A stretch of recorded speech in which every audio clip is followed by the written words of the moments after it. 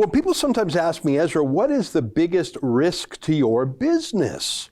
And there's a few. For example, donor fatigue from our crowdfunders. It's a possibility.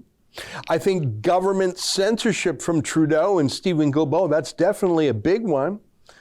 Traditional businesses only have to worry about things like, competition. But I think the number one threat to our company is that big tech firms like YouTube or Twitter, Facebook, suddenly decide that we're going to be unpersoned, that they'll cancel us without any reason at all.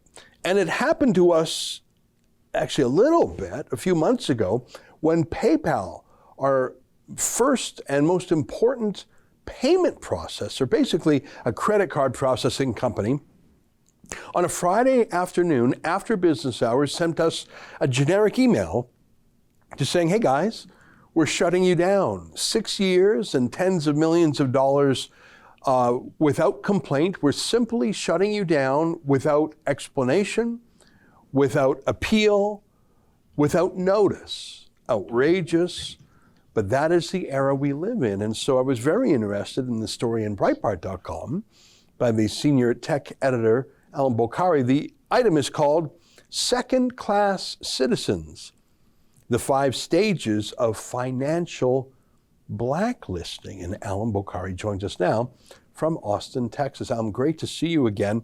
They're not even hiding it anymore. There was always some censorship beneath the surface, and these tech companies were sort of shy about it. But I think ever since the companies deplatformed Donald Trump in January, ever since he lost the election, they've really said, all right, we're in no danger now. We're free to show how woke we are. We no longer have to pretend that we're politically neutral. I think that's the number one difference between now and a year ago. What would you say? I think that is a big difference. I think the Biden administration is also putting a lot of pressure on these companies behind the scenes to do their bidding. Not just behind the scenes, the White House press secretary has been pretty open about saying Facebook should censor misinformation. Biden's accused Facebook of killing people with misinformation. So they're putting a lot of pressure on these companies in public. You can only imagine what they're doing to them behind the scenes.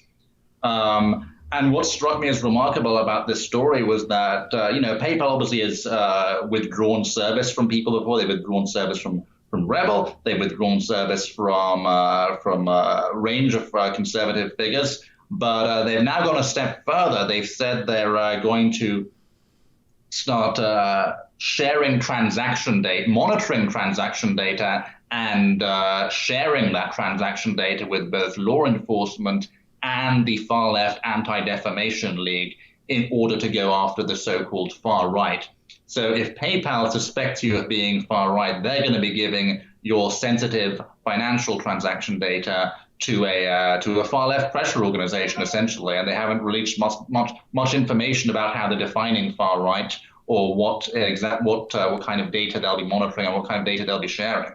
Yeah, that's got to be contrary to privacy laws and banking laws. I mean, I think the first rule of banking is that of privacy, that's like a doctor, like a priest. What you tell your banker is enormously confidential. It's the same thing about the IRS or in Canada, our CRA. That is private info. And for them to share your intimate spending, like there might be something there you're embarrassed about. There might be some medical issue. There might be some friendship or relationship you have.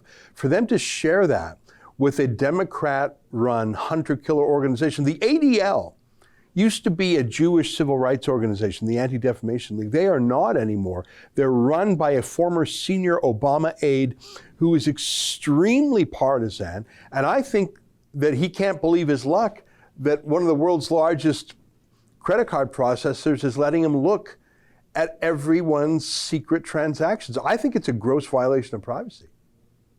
Yeah, not only one of the largest payment processors, but one of the only ones. Other than PayPal and perhaps Stripe, there are very few big payment processors on the internet that compete with them, unless you want to go through the very costly process of building your own payment gateway, which a lot of small businesses can't afford to do.